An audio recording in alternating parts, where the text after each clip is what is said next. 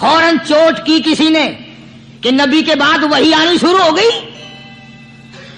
یعنی آپ کو کیسے پتا چل گیا کہ کوئی آدمی غلط نگاہ ڈال کے آیا؟ اس کی رستے میں نظر کہیں غلط پڑی تھی آنے والے کی، آپ کو کیسے پتا چلا؟ یعنی بات کرنے والے کو بھی دیکھو اور پھر چوٹ کرنے والے کو بھی دیکھو. تو حضرت عثمان رضی اللہ تعالیٰ عنہ نے فرمایا بھائی پاک مجلس میں اگر ایک تولا بھی کوئی پخانہ لے کر آ جائے تو بدبو تو آ ہی جائے گی نا. صحابہ کی پاک مجلس میں اگر کوئی آنکھ کا زنا بھی کر کے آیا فرمایا مجلس کے اندر بدبو پھیل گئی. تو اللہ والوں کی مجلس ہے اور اللہ والوں کی رفاقت ایک بہت بڑی چیز تھی. کبھی لوگ حاصل کیا کرتے تھے، اب تو ہر آدمی پیر ہے، ہر آدمی لیڈر ہے، ہر آدمی چودھری ہے، ہر آدمی بڑا بنا ہوا ہے، چھوٹا ہم میں کوئی ہے ہی نہیں.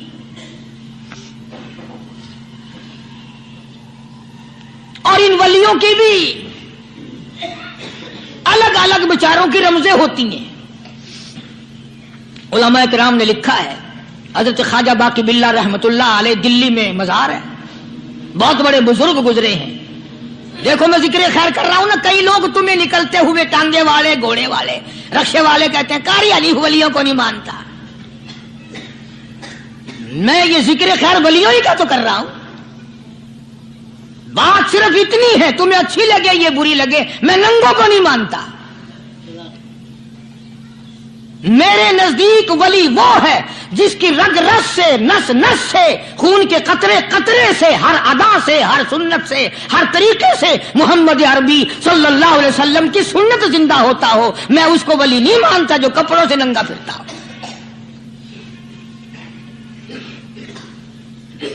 خواجہ باقی باللہ رحمت اللہ علیہ کو بھٹیارے نے دیکھا، ایک تباہی تندور والا. حضرت خواجہ صاحب کو دیکھا کہ جامع مسجد دلی کے پیڑیوں پہ، سیڑھی پہ کبھی چڑھتے ہیں کبھی اترتے ہیں، کبھی چڑھتے ہیں کبھی اترتے ہیں، پریشانی کا عالم. تو تباہی تو ضرور تھا، بھٹیارا تو تھا، مگر تھا تو دلی کا. وہ سمجھ گیا کہ حضرت کو کوئی پریشانی ہے. پہنچا اور جا کے کہنے لگا حضرت کیا بات ہے، آج رات کافی گزر گئی ہے، آرام فرماؤ، کبھی چڑھتے ہو کبھی اترتے ہو، پریشانی کیا پریشانی ہے؟ فرمایا 4 مہمان ہیں، کھانا کھلانا ہے، میرے پلے کچھ نہیں. اندازہ لگاؤ ابھی ابھی ولی یہ کہہ رہا کہ میرے پلے ڈھیلا دمڑی کچھ نہیں، 4 مہمان ہیں، شرمندہ ہوں ان کو کھانا کھلانے کے لیے. تو وہ کہنے لگا حضرت یہ کون سی فکر کی بات ہے، میں بھی لاتا ہوں. وہ کھانا لایا اور حضرت کے مہمانوں کو کھانا کھلایا. کھانا کھا لیا، فارغ ہو گئے. دیکھو ولی کی بات، ابھی تو کہتا تھا کہ روٹی نہیں ہے، اور ابھی ابھی وہی ولی کہتا ہے بٹیارے کا ہاتھ پکڑ کے مانگ کیا مانگتا ہے، مانگ کیا مانگتا ہے. اب تیرے جیسا اگر وہاں ہوتا تو کہتا کہ جی کوئی گورنری سرونری دلاؤ، اسمبلی کی ممبری دلاؤ. کوئی تھوڑے علاقے کا ڈھیر سیاح ہوئے تو آخیا کہ جی میں کو بئی پر نہ دو، پہلی پرانی تھی گئی ہے ہوں میں کو کوئی نوی لاوی چا پر نہ ہو. یہ شے منگنی ہے اور کیا منگیا. خواجہ باقی باللہ رحمت اللہ علیہ بٹیارے کا ہاتھ پکڑے کھڑے ہیں، فرمانے لگے مانگ کیا مانگتا ہے. وہ تباہی بھی دلی کا تھا نا. کہنے لگا حضرت بس اللہ کا دیا سب کچھ ہے، بس آپ رہنے دیں. فرمایا نہیں نہیں، مانگ کیا مانگتا ہے. اس نے کہا حضرت پھر اگر دینے پہ ہی آئے ہو نا، اور اگر اتنا ہی دریائے کرم جوش میں ہے اور آپ دینے کا جذبہ لیے ہوئے ہیں، پھر مجھے اپنے جیسا بنا دو، اپنے جیسا بنا دو. کیا مانگا ہے، مجھے اپنے جیسا بنا دو. فرمایا نہیں برداشت کر سکے گا. کہنے لگا پھر پوچھتے کیوں ہو کیا مانگتا ہے، جب دینا ہی کچھ نہیں تو پوچھتے کیوں ہو، اگر دینے پہ آئے ہو اپنے جیسا بنا دو. یوں لکھا ہے کہ خواجہ باقی باللہ نے اس بٹیارے کو اپنے سینے سے لگا کر کے تھوڑا سا دبایا تھا، پٹاخ کر کے روح نکل گئی بٹیارے کی. بلا جو تجلیات خدا بندی بتدریج آہستہ آہستہ سینے میں آئے تھے، ان کا کرنٹ وہ یکدم برداشت کیسے کرتا؟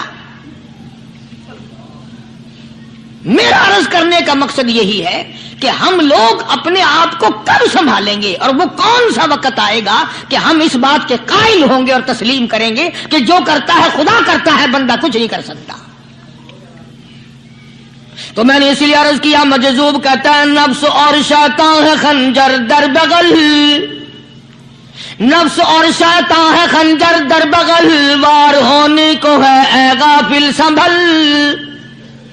کبھی 4 دن بیٹھ کے اللہ اللہ کر لی، تسبیح پھیر لی، تو دوسروں کو یہ تو دنیا کے دھندے میں پھنسے ہوئے ہیں، میں بہت بڑا ولی ہوں، میں بہت بڑا ابدال ہوں، مجھ سے بڑا تو کوئی نیک ہے ہی نہیں۔ یہ بہت بڑی مار ہے شیطان کی۔ اسی کو کہتا کہ نفس اور شیطان ہے خنجر در بغل، وار ہونے کو ہے اے غافل سنبھل، آ نہ جائے دین و ایمان میں خلل، آ نہ جائے دین و ایمان میں خلل، باز باز اے بدعمل۔ کچھ تو سوچ، کس کی تو پیداوار ہے، کس نے تجھے بنایا، کس نے تجھے یہ آنکھیں دی، کس نے یہ لب دیے، کس نے یہ دل دیا، کس نے یہ دماغ دیا، کس نے یہ شعور بخشا، کس نے یہ ساری چیزیں عطا فرمائی؟ اللہ پاک کی ذات فرماتی ہے او لوگوں، مجھے بھی بڑا دکھ لگتا ہے، مجھے بھی بڑا صدمہ ہوتا ہے، میرا قہر جوش میں آ جاتا ہے جب پیاری شکل بناؤں میں، پیاری صورت بنائی میں نے، پیارا ماتھا سونی شکل بنائی میں نے، جب میری چوکھٹ کے سوا دوسروں کے دروازے پہ جا کے تو ماتھا رکھتا ہے، فرمایا میرا قہر جوش میں آتا ہے تجھے برباد کر دوں۔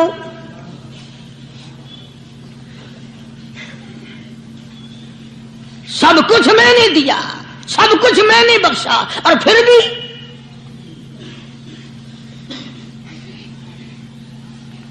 شاہ عبد القدوس گنگوہی رحمت اللہ علیہ بہت بڑے بزرگوں میں سے گزرے ہیں، بہت بڑے اللہ والے تھے۔ ایک راستے سے گزر رہے ہیں، مریدین ساتھ ہیں، حلقہ ساتھ ہے، راستے میں ایک گندگی کا ڈھیر پڑا ہوا تھا، بدبو آ رہی تھی، تو شاہ عبد القدوس نے اپنے حلقے اثر کے لوگوں سے اور مریدوں سے کہا ٹھہر جاؤ۔ حالانکہ لوگ ناک پہ کپڑا رکھ کر جلدی گزرنا چاہتے تھے، بدبو سے بچنے کے لیے تیز رفتار وہاں سے گزرنا چاہتے تھے، مگر شیخ کے کہنے پر کھڑے ہو گئے۔ شکر ہے تم نہ تھے، تم جیسے وہاں مرید بھی نہیں تھے، ورنہ کہتے کہ اے پھٹ گیا شیخ ہے، تو پتہ ہی نہیں لگتا برائی دا چنگائی دا، گندگی دے پہ کولساں کو کھڑائی کھڑے۔ شاہ عبد القدوس رحمت اللہ علیہ گنگوئی رحمت اللہ علیہ نے فرمایا او لوگوں، یہ گندگی، یہ پخانہ، یہ افولت والی چیز تمہیں ایک سبق دے رہی ہے۔ وہ بڑے حیران ہوئے کہ گندگی سبق دے رہی ہے کہ ہاں یہ بدبو کا ٹھکانہ یہ سبق دے رہا ہے کہ ہاں یہ ایک سبق تمہیں پڑھا رہا ہے۔ اور وہ کیا؟ شیخ فرمانے لگے یہ گندگی تم سے کہتی ہے او لوگوں، کل سے پہلے میں مٹھائی کی صورت میں حلوائی کی تھال میں رکھا ہوا تھا، جو دیکھتا تھا اس کے منہ میں پانی آ جاتا تھا، حلوے کی صورت میں تھا، جلیبی کی صورت میں تھا، امرتی کی صورت میں تھا، اور اے گندگی کا ڈھیر لوگوں تم سے یہ کہتا ہے کل میں فروٹ والے کی ٹوکری میں رکھا ہوا تھا، اناج کی شکل میں تھا، غلے کی شکل میں تھا، پھل کی شکل میں تھا، فروٹ کی شکل میں تھا، مٹھائی کی صورت میں تھا، جو مجھے دیکھتا تھا اس کو میں پیارا لگتا تھا، میری چاہت معلوم ہوتی تھی، میری ضرورت معلوم ہوتی تھی، جو دیکھتا تھا منہ میں پانی آ جاتا تھا۔ او انسان، ایک رات تیرے پیٹ میں جانے کا اتفاق ہوا، او انسان آ دیکھ لے میرا کیا حال بن گیا۔